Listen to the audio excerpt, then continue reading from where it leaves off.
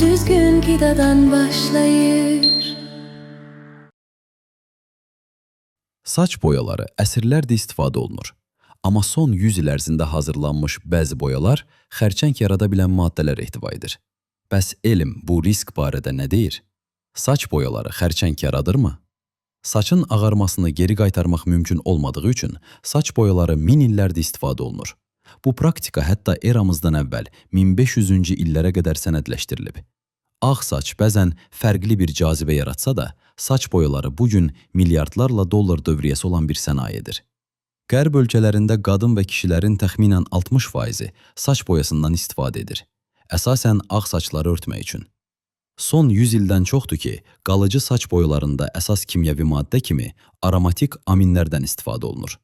Bu maddələrin əsas problemi güclü dəri allergiyası yarada bilməsidir. Ona görə məhsullar adətən istifadədən əvvəl dəridə 48 saatlıq test tövsiyə edir. Amma allergik reaksiya bəzən bir həftə sonra ortaya çıxa bilər.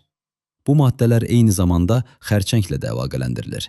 Saç məhsullarında 5000-dən çox kimyəvi maddə var və bunların hansının təhlükəli olduğunu ayırd etmək çətindir. Amma parafenilendiamin kimi aromatik aminlər ehtimal olunan kanserogen kimi tanınıb. Xərçəng xəbərdarlıq etiketləri məcburi edilməzdən əvvəl qalıcı saç boyalarının 10 məhsulundan 9-u mutagen idi.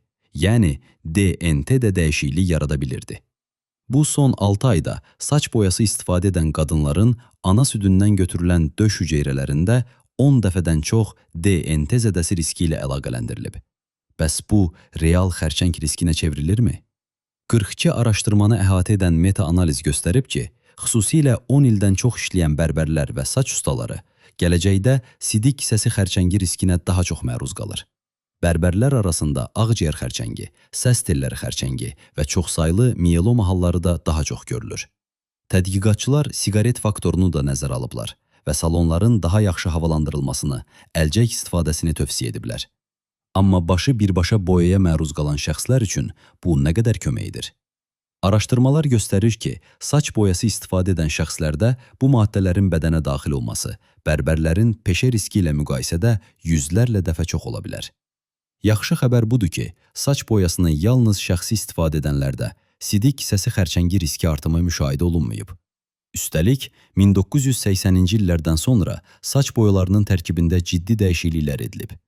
1979-cu ildə Amerika Birləşmiş Ştatları Qida və Dərman Administrasiyası saç boyalarına xərçəng xəbərdarlığı etiketlərini məcbur etdi və bu da sənayeni ən təhlükəli maddələri çıxarmağa məcbur etdi.